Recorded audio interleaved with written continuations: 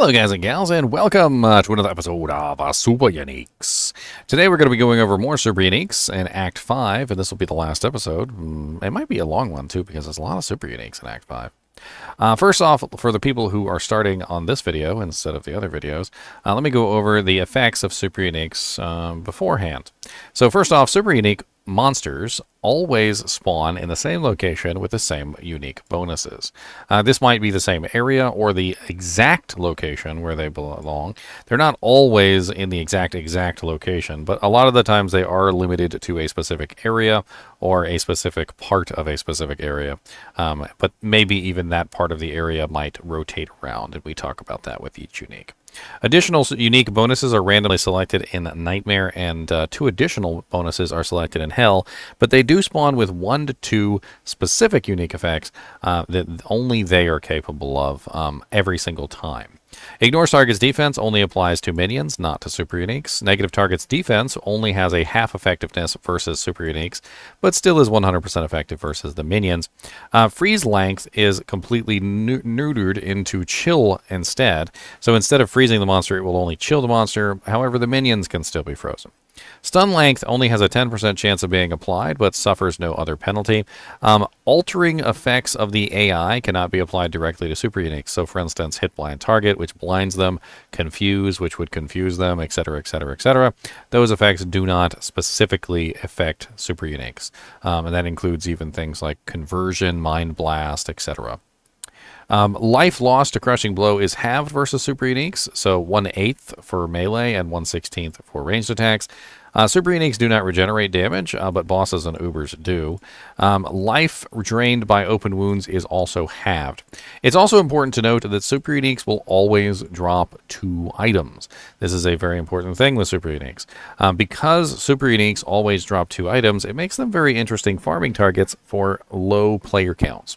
The lower the player count, like players 1, the less items that generally drop from pretty much everything. However, Super Uniques are guaranteed to drop 2 items, no matter what, every single time you kill them, even if it's on a low player count, which makes them relatively good targets to farm in low player count environments. Now, before we go over the monsters that are actually in Act 5, let's talk really quickly about the monsters that did not make it into Act 5, the super uniques that exist in the files but don't actually exist within the game. The first one on the list is Hell's Belle. Hell's Belle is a super unique that is a temptress, as you can see here, and there is a picture of Hell's Belle. This looks like Nihlathak's temple, and Hell's Belle is a super unique that it was always fire enchanted and always cursed. Hell's Belle would have been level 43 in normal, 67 in nightmare, and level 87 in hell, and she would have always been immune to physical and fire in hell difficulty, which is pretty nasty. Next on the list is another super unique that didn't make it into the game, and that is Blaze Ripper. Blaze Ripper is a death brigadier, which is one of those monsters that shoot their tendrils into the ground, and the tendrils come up out of the ground underneath your feet. Blaze Ripper is a super unique that would have always been lightning enchanted and extra fast, and he is level 44 in normal, level 63 in nightmare, and level 84 in hell. He does have immunity to cold and lightning, thankfully to the lightning enchantment. That's why he's immune to lightning. And those monsters are just always immune to cold in general. So he gains 1 from the effect and 1 from his class immunity. Next on the list of monsters that didn't make it into the game is Magma Torquer. Magma Torquer is a super unique that is a demon sprite, one of those little guys that zips around all over the place and teleports and is really annoying. Magma Torquer is a demon that would have been extra strong and cursed. And he is level 41, level 63, or level 84, respectively, in Nightmare, normal Nightmare, and Hell difficulty. He's always immune to fire, as most Demon Torquers are, but because he doesn't have any other elemental-based effect on his bonuses, he is, well, just going to remain only immune to fire, unless he has like lightning enchanted, fire enchanted, cold enchanted, etc. And even then, he still might not hit those numbers. As you can see, his cold resistance is only 33. His lightning resistance is 25. So he would just barely become immune to lightning if he had lightning enchanted. He would become immune to cold if he had cold enchanted, etc. Next on the list of monsters that didn't make it into Act 5 is Vinvear Molech. Vinvear Molech is a vile witch, and she looks like one of the cold types, as you can see there. Vinvear Molech looks like she would belong in, say, a Glacial Trail or something like that. She was always magic resistant, which gives her 40% to all resistances, extra strong, and also cold enchanted, which means she's probably cold immune. As you can see here, she is level 37 in normal difficulty, level 65 in nightmare difficulty, and 86 in hell difficulty. She is immune to cold in normal and nightmare, and she's also immune to fire and lightning in hell difficulty. And the reason why she's not also immune to cold and hell difficulty is because of order of operations of immunities. And so a lot of the times what happens is she'll be immune to one element before she's immune to the others. And this means that she ends up not being immune to the other elements. Although in this particular case, you can see that they actually dropped her cold immunity down from 115 to 90 in hell difficulty, and actually increased her fire resistance in hell difficulty to 110. So they flipped the script on her in hell difficulty and made her immune to fire, which is interesting. Next on the list of monsters that never got added into Diablo 2 Act 5 is super unique known as Axe Dweller. Axe Dweller is a blood lord, magic resistant and fire enchanted, and as you can see, a little spicy little punk. They probably would have been in like Worldstone Keep level 2 or Worldstone Keep level 3, maybe even Worldstone Keep level 1. A super unique blood lord definitely sounds a little spicy. He is level 39 in normal difficulty, level 69 in nightmare difficulty, and level 88 in hell difficulty, which means he would be high enough to drop you some TC 87 plus items, right? So he is fire immune in both normal and nightmare, and also physical / fire in hell difficulty. Pretty spicy. I definitely think these guys are pretty nasty in terms of their damage output. Bloodlords, they just tend to be. And that covers pretty much all of the super uniques that actually didn't make it into the game.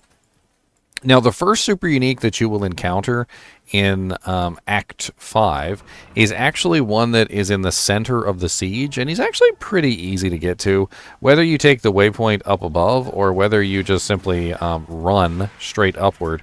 What you'll find is eventually the battlefield starts to funnel into a smaller zone.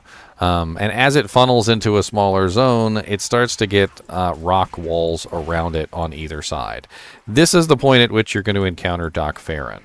Dac Farren is a sprite, as you can see here, and Dac Farren has some immunities. He's always immune to fire because he's just one of those monsters that is always immune to fire.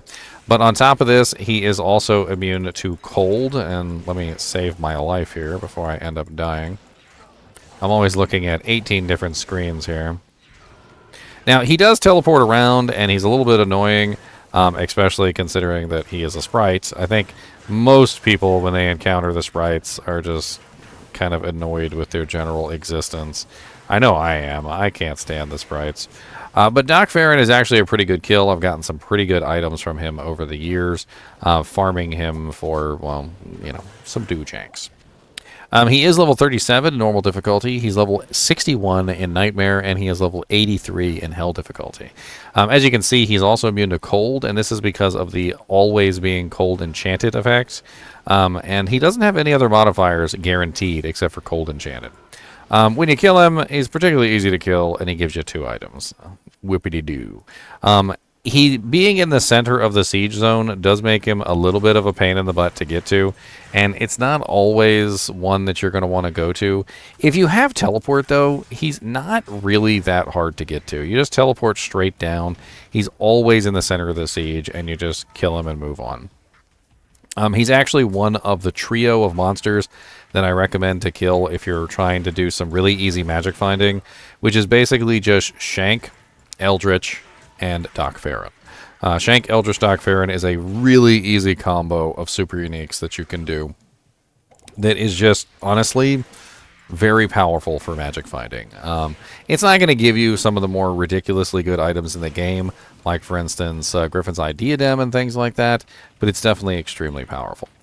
Shenk is the next one on the list, and Shenk is always right here by the waypoint.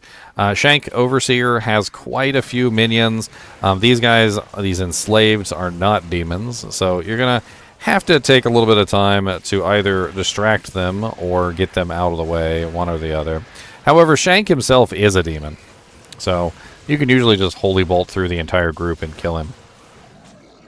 Now, Shenk the Overseer is always enchanted with the extra strong modifier, but he doesn't really hit in melee damage, so it's not really that big of a deal. He is particularly high level. He's level 36 in normal difficulty, which makes him a pretty decent farming choice for lower level gear. He's level 61 in Nightmare, which means he can drop some pretty good items. And then finally, in Hell difficulty, he's level 83, which is not bad. In level 83 means that he can drop pretty much every rune in the game as well. So if you do happen to kill Shenk and he gives you something nice, well, congratulations. Shenk, however, does have this horrible animation when you kill him where all these things are coming down at one time, and it can crash certain computers. One thing I would recommend to you is if you're finding Shenk on a regular basis, there is a setting in here called VFX Quality and VFX Lighting Quality. Turn these both to low when you fight Shenk, and usually that'll fix any lag issues that you have on him spamming effects when he dies. The next target on our list is actually the second, or the third super unique monster in the game, relatively quickly, actually, is Eldritch the Rectifier, who is always extra fast. Eldritch the Rectifier is right here next to the Frigid Highlands waypoint. So when you walk up here, Eldritch the Rectifier will usually come out to greet you. He is a bluish, demon-like monster, although he is not a demon, which is very strange, because this classification of enslaved wishy-washy go back and forth between demons and not demons all the time. You will find versions of these that are demons, and you will find versions of these that are not demons. Well, Eldritch the Rectifier is the non-demon type. Eldritch the Rectifier is level 34 in normal difficulty, level 62 in Nightmare, and level 84 in Hell, and he is surprisingly easy to farm. When this particular area, Frigid Highlands, goes on Terrorize Zone, he is actually really easy to just spam farm over and over again and get really nice, super unique kills over and over and over again. He is always cold immune, so keep that in mind whenever you are coming here as like a cold damage character, because, well, he's never not going to be cold immune. Now, on top of Eldritch the Rectifier, there is another monster that is actually really close by to the trio of Dac Farren, Shenk, and Eldritch, and that is a super unique known as Sharptooth Slayer. Sharptooth Slayer is usually located at the first cage of barbarians. So if you go just a little ways into Frigid Highlands, eventually you will come across your first cage of barbarians. And the first cage of barbarians is usually them screaming, you know, let me out, over here, let me out, etc. And when you find the first cage of barbarians, you will also find Sharptooth Slayer. Sharptooth Slayer is always located directly next to the first barbarian cage that you find, as you can see here. This one in particular is freaking Conviction Aura. However, he is just always extra fast. Everything else is random. So whatever he ends up as is going to be determined by whatever modifiers they throw on him. Sharptooth Slayer is level 39 in normal difficulty. He is level 62 in Nightmare difficulty, and he is level 84 in Hell difficulty. He is always immune to cold, and can potentially be immune to other elements, but only depending on whether or not he actually rolls those other elements, you know, to be immune to. The next one is actually also in this area. I know. This area literally has 3 super uniques in it. I'm not even kidding.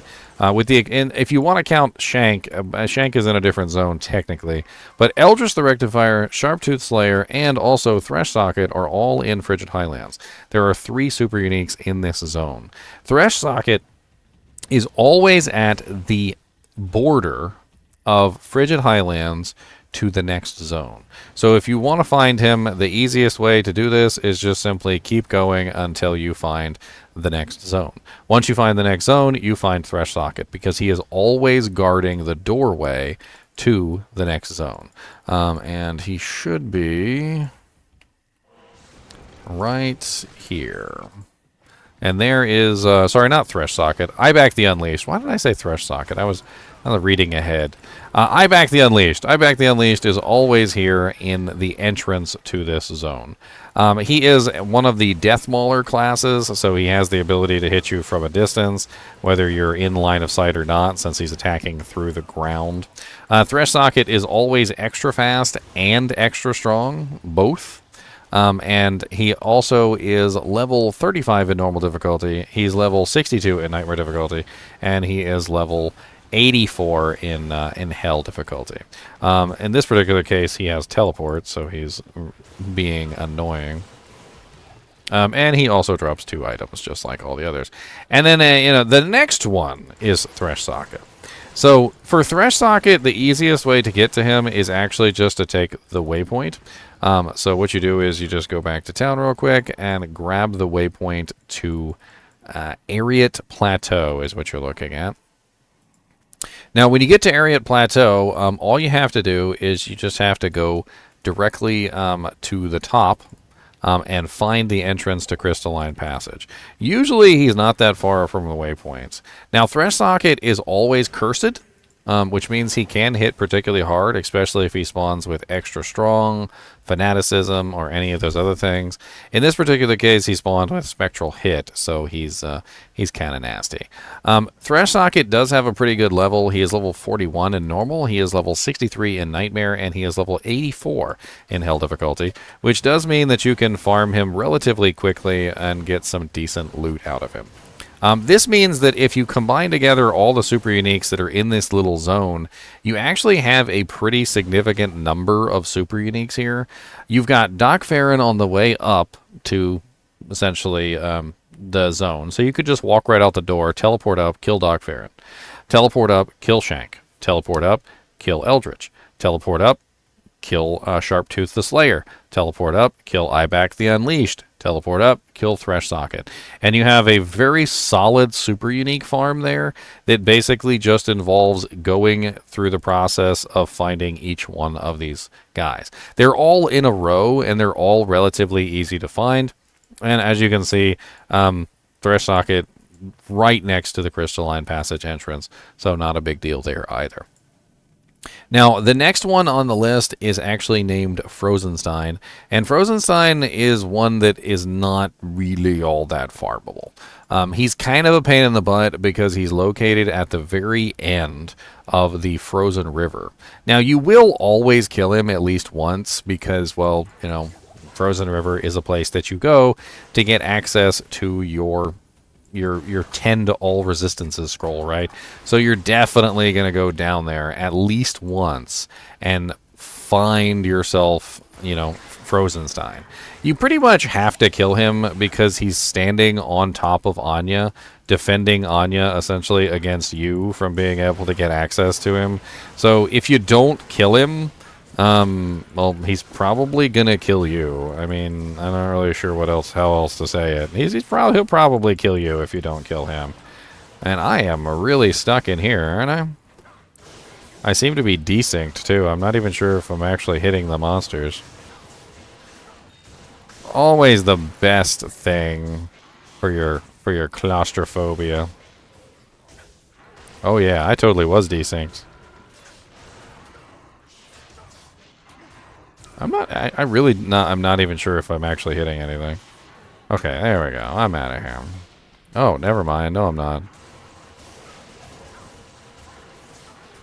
Let's just keep swinging. Just keep swinging. Don't stop swinging. It's important. If you stop swinging your shield, you'll probably die, and that's embarrassing. We don't want to die on stream today, so we cannot die. No, we don't want to die. There's too many monsters here. All the possessed evil monsters. They will kill us without fear. Okay. Good enough. So, you go around Crystalline Passage, and you're going to find yourself Frozen River. Deep, deep, deep, deep inside Frozen River is Frozenstein.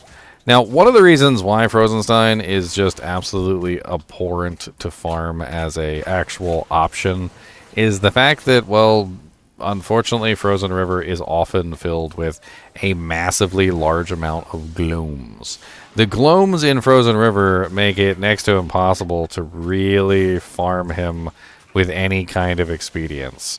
It's just the way it is. I mean, there's Crystalline Passage waypoint, which doesn't help me any.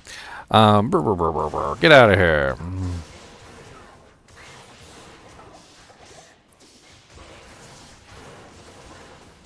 It's a good thing I can kill these guys.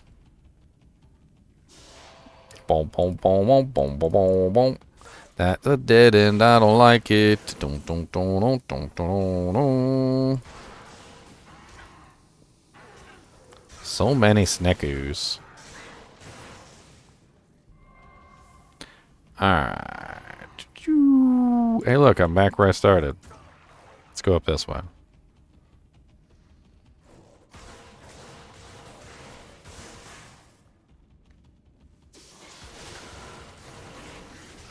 Well, that's definitely not it.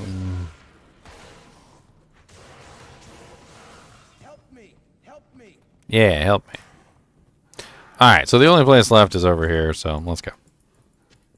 Pick up some of these potions while we're at it. Wah, wah, wah, wah, wah, wah, wah, wah. There it is. Now, always at the entrance to Frozen River are 3 champions. So if you do decide to farm Frozenstein for whatever reason, maybe he's like the highest drop rate for some particular item that you're looking for. I mean, you do get 3 free champions right here by the door, which always drop potions, which certainly will be helpful. When you get into Frozen River, though, there's a lot of nasty monster types in here. Most notably is the Gloams themselves, which I don't particularly enjoy. The Gloams are all over the place. Now, sometimes if you're lucky, when it comes to this particular zone, there sometimes is a skip, which is essentially right here. If you check it, it doesn't always work, mind you. But if you check it, sometimes there's a skip right here where you can teleport directly across. I would definitely recommend at least checking it, although the skip can sometimes be very dangerous. So do keep that in mind. It can sometimes be very dangerous to try the skip, because on the other side of the skip might be like 1,000 Gloams ready to melt your face. Now, if you want to run through here, you totally can. It's dangerous as all get out. And there's tons of Gloams all over the place that are just going to try and make your day horrible. As well as the charging monsters in here, which isn't exactly very fun either. The only reason I'm really taking you through all this is because I really want you to see just how much of a pain in the butt it is to get to Frozenstein. So that just in case you had thoughts in your head about, hey, let's farm Frozenstein, just don't. This is a fully set up character, and I'm running Salvation. And the Gloams are still nasty. You really need some lightning absorption to really be able to take on Gloams with relative ease. Now, you can run into some scenarios where there's no Gloams down here. I will say this. There are some scenarios where there's no Gloams down here. Now, here is Frozenstein right here in all his glory. Frozenstein is always immune to cold damage, by the way. And he also comes with a fairly large pack of friends. It's just one of the things about him. He's a very friendly guy. And as you can see, Frozenstein right here in all his beautiful fluffy glory. He's even fluffier in the old version. Frozenstein is level 46 in normal difficulty. He is level 64 in nightmare difficulty, and he is level 86 in hell. Just one level shy of that TC 87 drop odds. On top of this, he is, of course, always immune to cold damage, but he can be immune to other elements as well, depending on how he rolls. He is cold enchanted by default, as well as mana burn by default, which makes him kind of nasty for some characters, especially if you are trying not to get all your mana stolen. Of course, he has to actually hit you to mana burn you. That's kind of one of the important things. Right now, he's having a lot of trouble hitting me because I'm 15,000 defense and 75% chance to block, so it's very difficult for him actually to land a blow on me. All in all, though, Frozenstein is one of those monsters that's just so ridiculously deep inside of a zone that it's really just not worth farming him.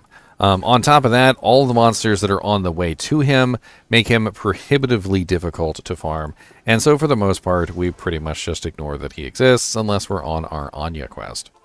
The next super unique on the list is a super unique that is specifically for, what is it? I believe he's in Glacial Trail. Yes, Glacial Trail. Now, this guy is always in one specific place, but the specific place that he's at is not always in a specific place. What do I mean by this? Well, he's always at the chest. So you know how some areas will have like a magical chest at the end of the area? You know, a magical, glowy, shiny chest. Well, Bonesaw Breaker is the next super unique, and Bonesaw Breaker is always located at the magical super shiny chest in this particular zone. So the only thing that you could really do if you want to farm him is either A, clear the zone, or B, spend a lot of time running around this zone to see if you can find him. As you can see, it's not exactly the most friendly of zones with Moonlords. Moonlords are not exactly very nice. But if you roam around this zone long enough, you will eventually find the throne room, or whatever you want to call it, the room that has all of the chests in it. Now, it's a very identifiable room. As you can see here, it has a special floor panel. There's obviously a lot of monsters in here, which makes it relatively nasty. Ooh, a fanatic Moonlord. Ugh. I think I'm about to die here. Let's back up a little bit. Oh, look, an armor shrine. Oh, look, fanaticism. Oh, God, why did I do that? Please, Lord, save me.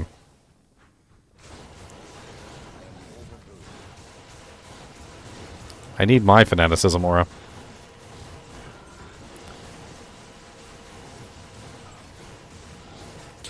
Ooh, spicy, spicy, spicy, spicy. Oh, somebody's got mana burn in there, too? Who's got mana burn? I need my mana for stuff. For killing things.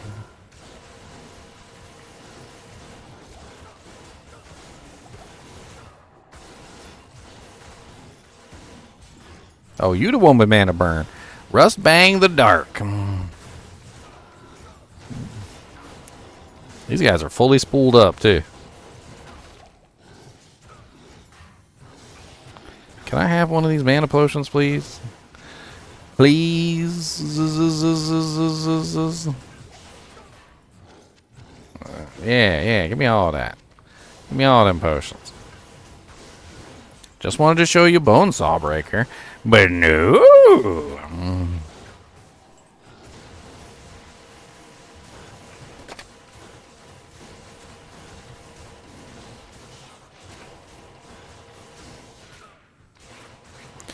Alright. Now that we've got some of those guys out of the way, pick up some of these potions. Freaking fanaticized snakes.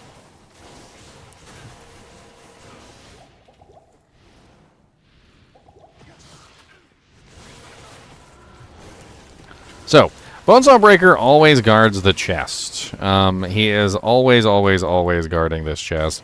And he has a bunch of little minions with him that are in the reanimated horde category. He, of course, himself is a reanimated horde. Much like Pindleskin, this particular guy is level 36 in normal, level 64 in nightmare, and level 86 in hell difficulty. He is always immune to cold, and of course he is also an undead, so he's actually surprisingly easy to kill with things like Holy Bolt and whatnot. He also rolls with other modifiers. As you can see, this particular time he is immune to fire and cold, and he is kicking my butt with his stupid little charges.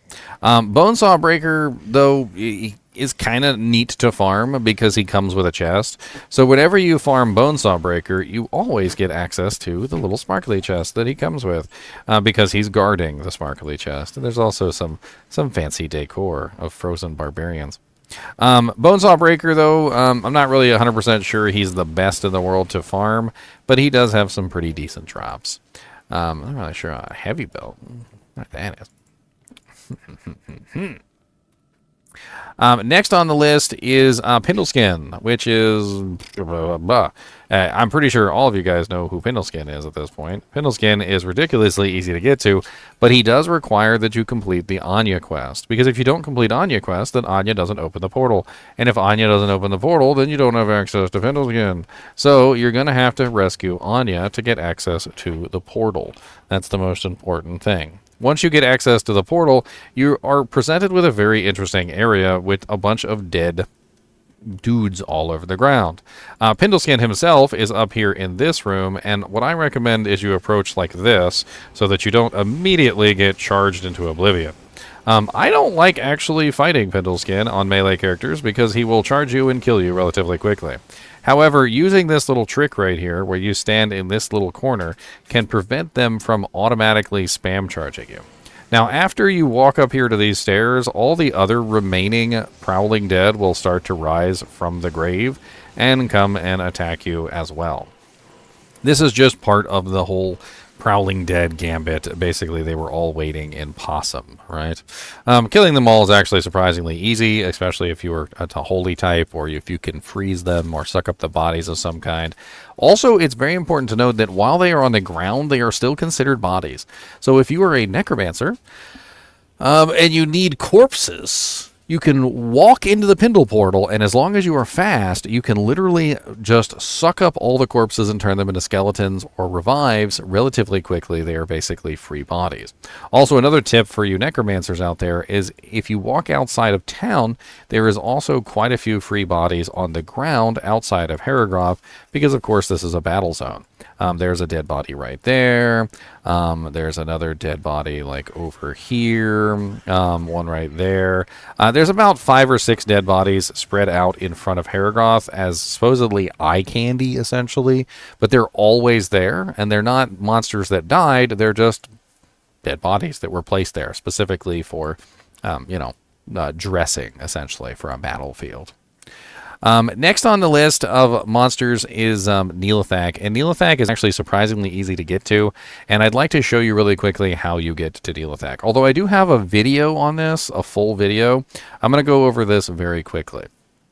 So first off, when you go through the Halls of Pain portal, you're going to be presented with a waypoint that is a very peculiar shape. Each shape of the waypoint determines where the next entrance is, and it's actually surprisingly easy to get used to this. And if, like I said, if you want to check this out in full, I do have a video on this. But depending on the shape of the waypoint, you know exactly which way Nihlathak is. In this particular case, with the double-sided waypoint, you're always going to take the south route, and you're going to go down. And you're going to travel this way, up here. And the entrance should be, of course, there's always 1,000 million monsters here. The entrance should be this way, past this little room here, and you have your Halls of Vought. Now, the next way that you find exactly which direction Nihlathak is facing is you want to pay attention to very specific panels. I'm going to point out the panels to you on each individual side. All right, this panel right here.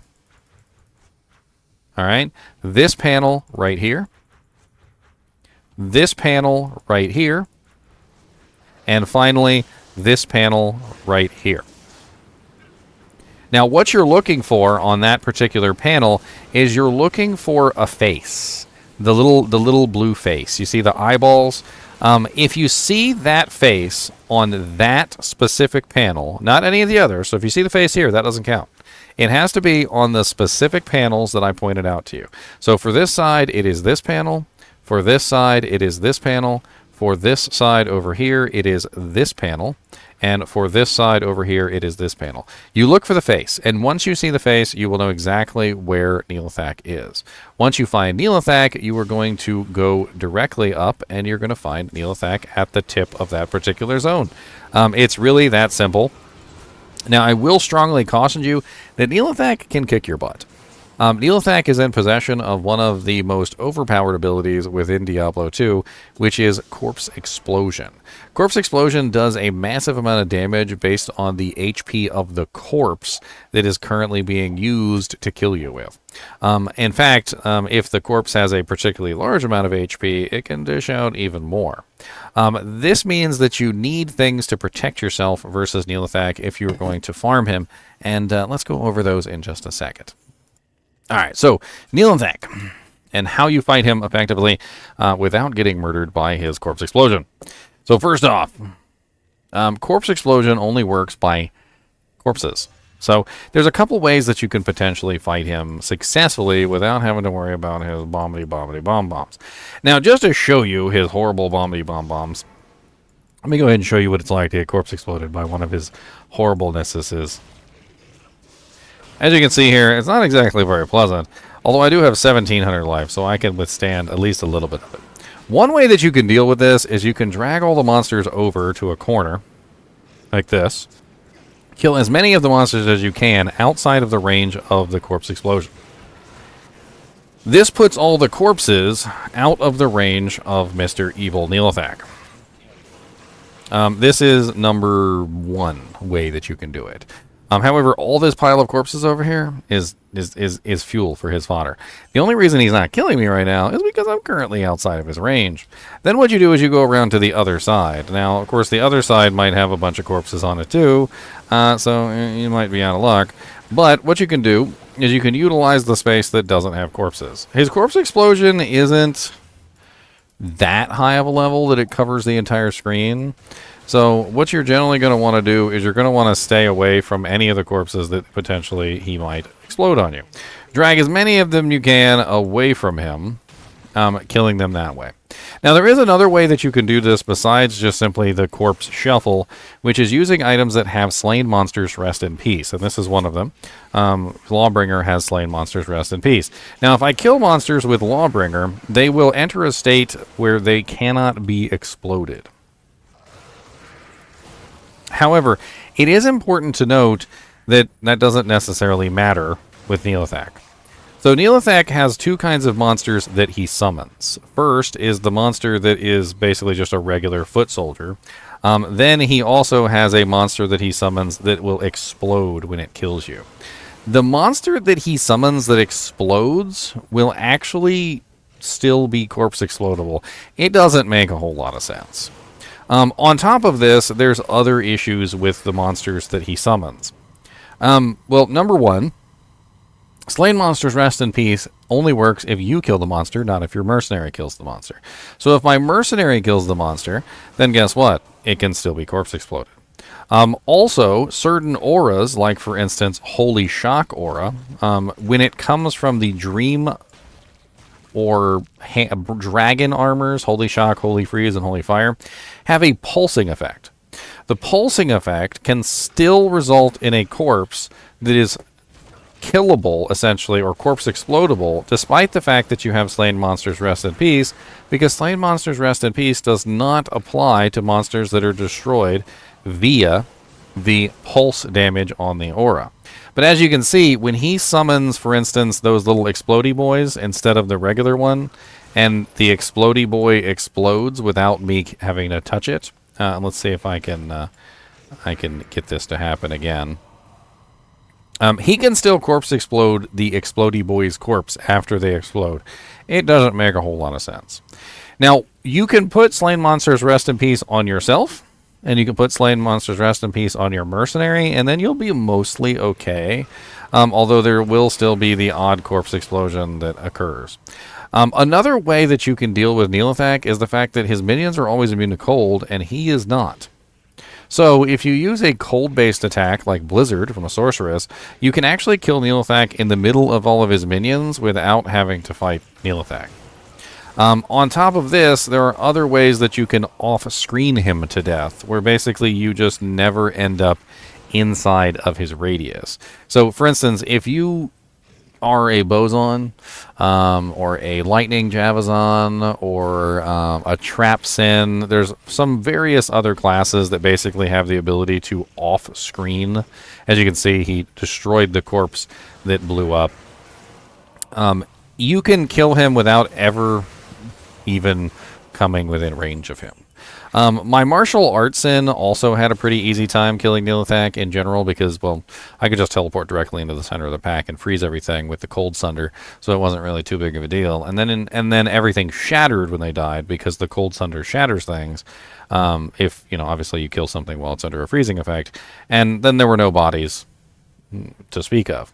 The problem with that though is that all of these little stupid little guys are all immune to cold. So unless you have a Cold Sunder, you're not shattering anything. Nihlathak also has the possibility of dropping the Key of Destruction, which is used in the Ubers. He can drop up to 3 keys, which is really nice, and it depends on the player count. The player count increases the drop odds a little bit by decreasing the number of no-drop rolls. Nihlathak is one of the highest level freaking super uniques in the game at level 95 in Hell difficulty. He's level 73 in Nightmare and level 68 in Normal, which makes him particularly good to farm in normal difficulty because he's one of the highest level monsters that you can farm in normal difficulty besides Baal. In Hell difficulty, however, he's so high level that if he happens to drop you a charm, like a Grand Charm or a Small Charm or something like that, and you'd like to re-roll it, it is possible that that Grand Charm can actually get all the modifiers in the game. Nihlathak also has a pretty good chance to drop a lot of the really hard-to-find items. He also has a very interesting subset of abilities. He can summon minions, he can cause the minions to be frenzied, he can corpse explode, he can Arctic blast, and he also has the ability to teleport, so do be aware of that. Moving on to the next super unique on the list, this is one that's kind of difficult to find. This one is Snapchip Shatter. Snapchip Shatter is located inside of the Icy Cellar in the Ancient's Way. So he's not exactly, on the beaten path. You have to go to Ancient's Way, first off, and then you have to run around Ancient's Way until you find the cellar. It's not one of the nicest areas, let me say. Icy Cellar not only has a chance to spawn gloams, not only does it have a chance to spawn gloams, it also has a chance to spawn dolls, Stygian dolls, and it also has a chance to spawn Death Lords, or Moon Lords, one or the other, I can't remember which means that you can end up with 3 of the nastiest monster types down there all at the same time, and it really depends on how poorly you roll the area. It is, however, a level 85 zone ever since a lot of the changes, and that does mean that pretty much everything can drop down there. The density of the area is actually pretty sweet. And so despite the fact that the area is particularly nasty in monster types, you can actually find some pretty sweet stuff down in the Icy Cellar. And Snapchip Shatter is just one of the monsters that is guaranteed to be down there. So he is, of course, the monster type that is the kind of like the frozen, made out of ice kind of a monster, right? So he looks like he's just an icicle. Let's go down here in the Icy Cellar and let's see what lotto we got as far as monsters. I like to kind of go in here a little bit slowly because you never know what it is you're going to end up with down here. So it looks like we got Gloams, Frozen Terrors. Frozen Terrors means we didn't get one of the other types like Moon Lords or the like. But as you can see, we got a lot of Gloams down here. Let's go ahead and hit them with the old Razzle Dazzle. And let's see if we can find Snapchip Shatter. Now, if I remember correctly... Ooh, God, that is painful. Snapchip Shatter is usually by the chest, although I could be wrong. You can off-screen Gloams too, by the way.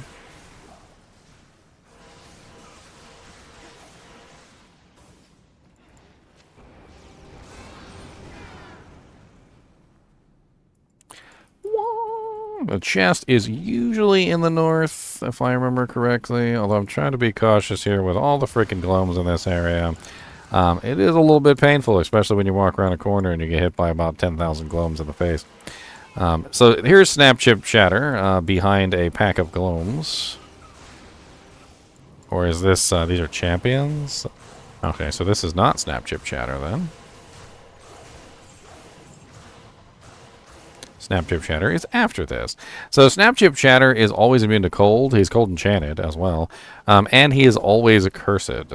As you can see, he immediately cursed me. I don't particularly like his ugly face. Snapchip Shatter is level 40 in normal difficulty. He is level 65 in Nightmare, and he is level 86 in Hell difficulty. Now, I'm not entirely sure if he got changed around a little bit when they reworked this area, because they did make this area a level 85 zone.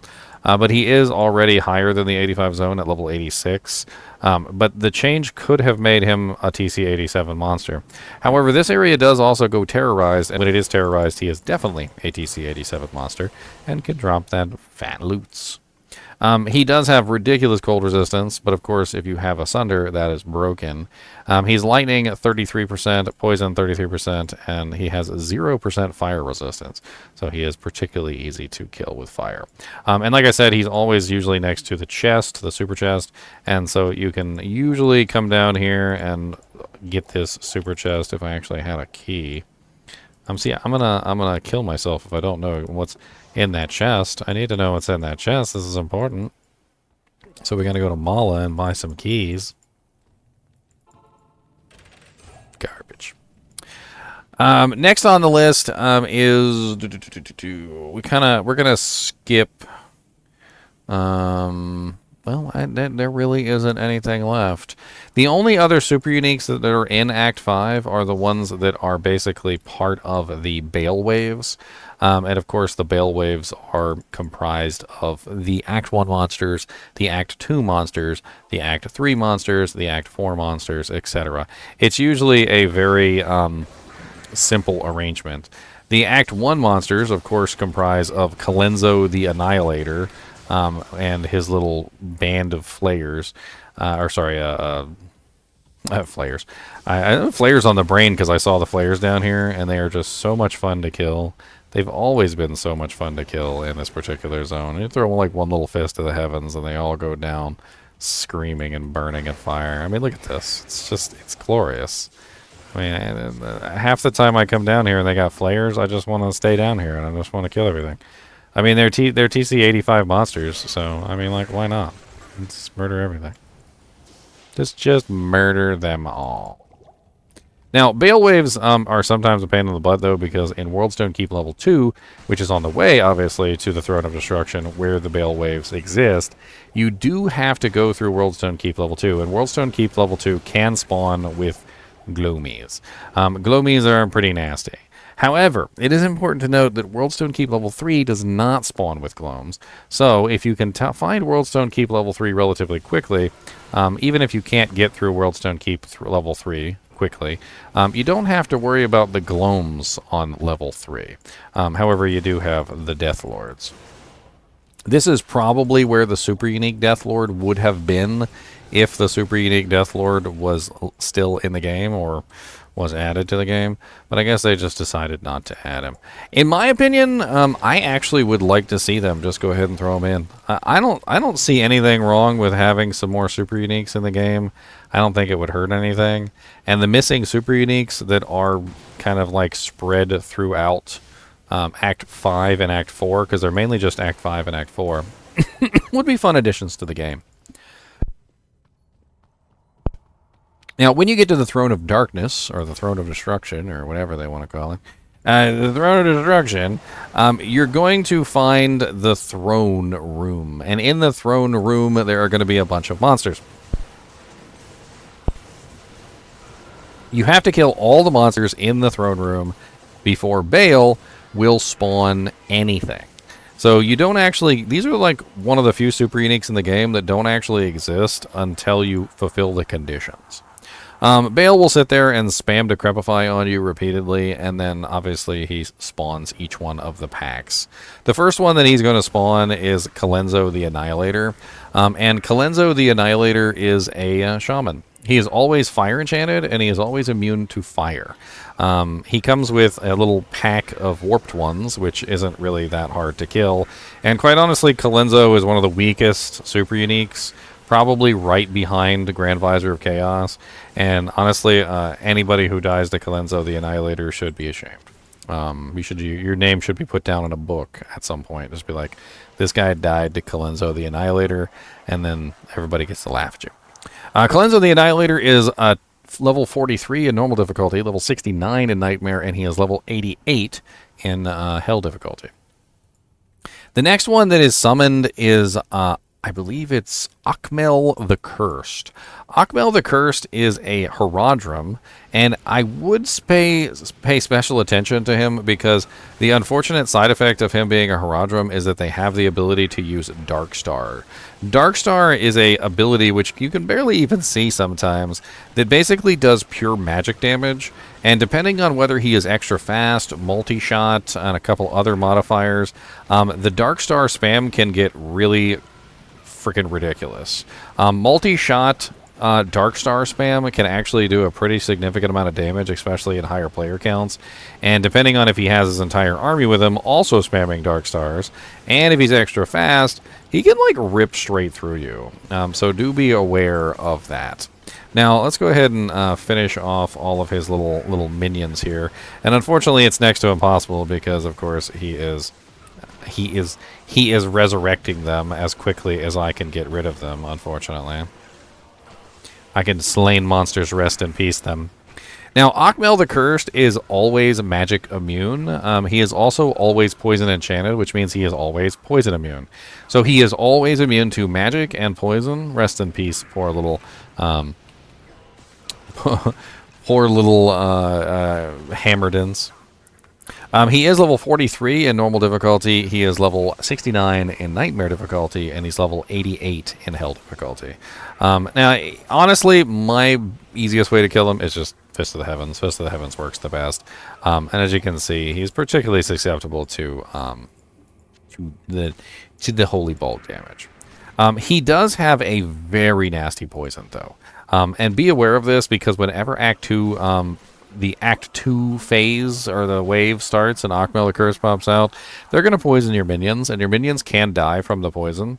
And depending on your poison resistance, which I'm at 90% right now, so I'm practically immune, but depending on the poison resistance, you will go down really fast. Next on the list is the Act 3 monsters, which is Bartuc the Bloody. Bartuc the Bloody is a council member, just like the council members in Act 3, and he spawns with a whole wave of his allies, which will all spam Hydras on you. So having a bit of fire resistance definitely helps here. And just like with the Act 2 wave, Achmel the Cursed, the Hydras have a tendency to kill mercenaries. This transition from the Act 2 wave to the Act 3 wave is one of the ones that kills the most mercenaries, because the mercenary was poisoned from the previous wave, and then once you get to this wave, they start getting bombarded with Hydras, and it's very difficult for the mercenaries to stay alive. Keep in mind that these council members can heal each other, and they will spam heals on each other, preventing their deaths. Bartuc the Bloody is always lightning enchanted, so he's always going to have those nice lightning bolts that come out of him every single time you hit him. And he is level 43 in normal, level 69 in Nightmare, and level 88 in Hell. He is particularly resistant to lightning, thanks to the lightning enchantment. He has 0 fire, 0 cold, and 0 poison resistance, though, which means that pretty much any other element will do, unless he has another enchantment on, like, say, fire enchanted or something else. He's not particularly that difficult to kill, although the spamming Hydras can definitely hurt. One thing I'd recommend to all of you guys, if you are fighting these and you're having a little bit of trouble, is pull them a little bit away from Baal. And the reason why you want to do this is because if you pull them a little away from Baal, you won't get Decrepify spammed the entire time. Decrepify, he only decrepifies you if you're standing directly next to the throne, and Decrepify itself can have some pretty nasty effects, like reducing your physical resistance, decreasing your attack speed, and so forth and so on, which can make it much more difficult to kill these monsters. Next on the list, which has already spawned, by the way, is Ventar the Unholy. Ventar the Unholy is a pit lord, and he always spawns with the extra fast mechanic, which is similar to Infector of Souls that I got murdered by in the last video. Now, Infector of Souls and Ventar the Unholy are both extra fast, which means that they can swarm. And that's exactly what these guys do, is they swarm you and they try and kill you as quickly as possible. Now, if you utilize AoE effects or freezing effects or things like that, you can generally deal with them pretty easily. He is always immune to poison because he is that particular type of demon. There's two different types of lords. There's the fire lords, and then there's the venom lords. He's one of the venom lords, not one of the fire lords. So instead of immune to fire, he's immune to poison. And of course, he can be immune to other things depending on what other modifiers he has, but always poison. And let's go ahead and play with him real quick, and I'll show you how easy it is to kill him based on Fist of the Heavens. So you basically just spam your Fist of the Heavens, usually on the outer edges, and because he swarms so well, you can usually end up taking out his entire army with just a couple Fists of the Heavens. However, keep in mind, though, that you really don't want to let him swarm you, because just like Infector of Souls, if they all swarm you at once and they all surround you at once, it can be pretty devastating. You could utilize something like this right here as a choke point if you're having trouble with this particular boss swarming you, and it basically covers your left and your right flanks, preventing most of them from being able to swarm you, which is definitely very nice. Last but not least is Lister the Tormentor. Lister the Tormentor is actually a unique kind of monster. He's not actually the kind of monster that you would normally think. He doesn't actually have a classification of a normal type of monster, and because of this, he is unique in that the minions are not capable of being messed with in the same way that some of the other super uniques have. So like in a lot of the other cases when it comes to super unique monsters, they generally can be frozen, mind controlled, converted, all sorts of other things, but not Listerine's minions. Lister the Tormentor's minions are kind of unique in that regard. They always spawn with Spectral Hit, which makes them pretty nasty. Spectral Hit gives them, of course, 20% to all resistances, and it also gives them basically all elements for damage. Lister is level 58 in normal difficulty, 69 in Nightmare, and 88 in Hell, and he is always immune to fire. One of the ways that I recommend that you fight him is generally using this choke point here. That way you don't have to fight them all at once. This is a very easy way to be able to prevent being overwhelmed, essentially. And if you need to back out, you can always back out the other side. One of the unique things that Lister does is he will actually stun you. So if you let him hit you enough times, he will apply a stun to you. And that stun can make things pretty nasty, especially if you're a melee character. He also knocks you back, too, and the knockback can be pretty nasty as well, especially when you have multiple of them all knocking you back at once. It gets kind of silly. This particular boss, though, is one of those bosses that once you overcome him, he's really just not even very powerful anymore. As you can clearly see, he's having trouble even hitting me. And what it really comes down to is Lister is a melee character. And if you have large amounts of defense, if you have block chance, if you are capable of defending yourself, you can usually defend yourself against Lister with relative ease. And then finally, of course, Baal is the last thing after this. And if you're going to do the waves, you're going to kill Baal. Depending on what kind of character you are, Baal is the last monster that you might want to fight. But for my character specifically, I have absolutely no issue killing Baal. And not only do I have no issue killing Baal, but I kill him with extreme proficiency. So let's go over Baal real quick and talk about him for just a second.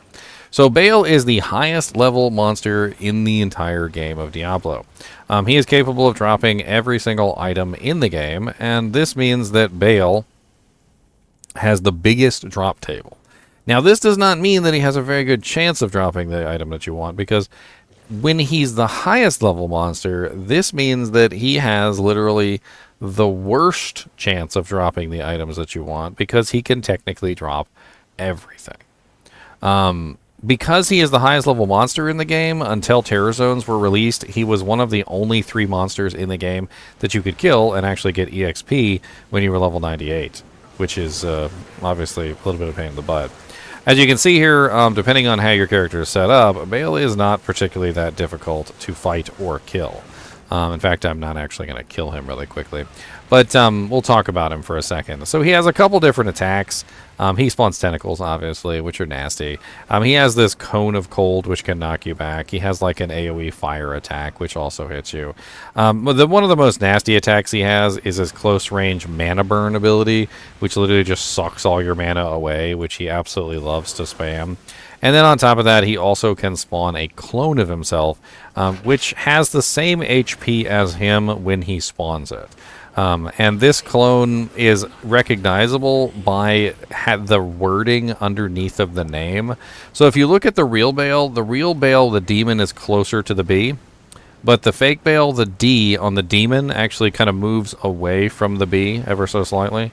And that's how you know that this is the clone right here. When you kill the clone, they just kind of vanish. Now, when you kill Baal, he spends forever dying.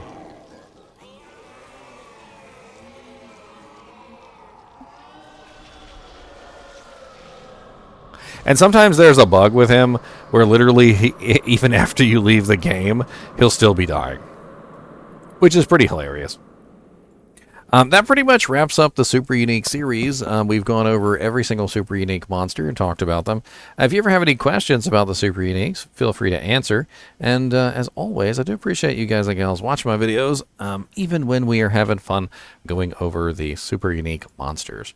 And as always, keep watching.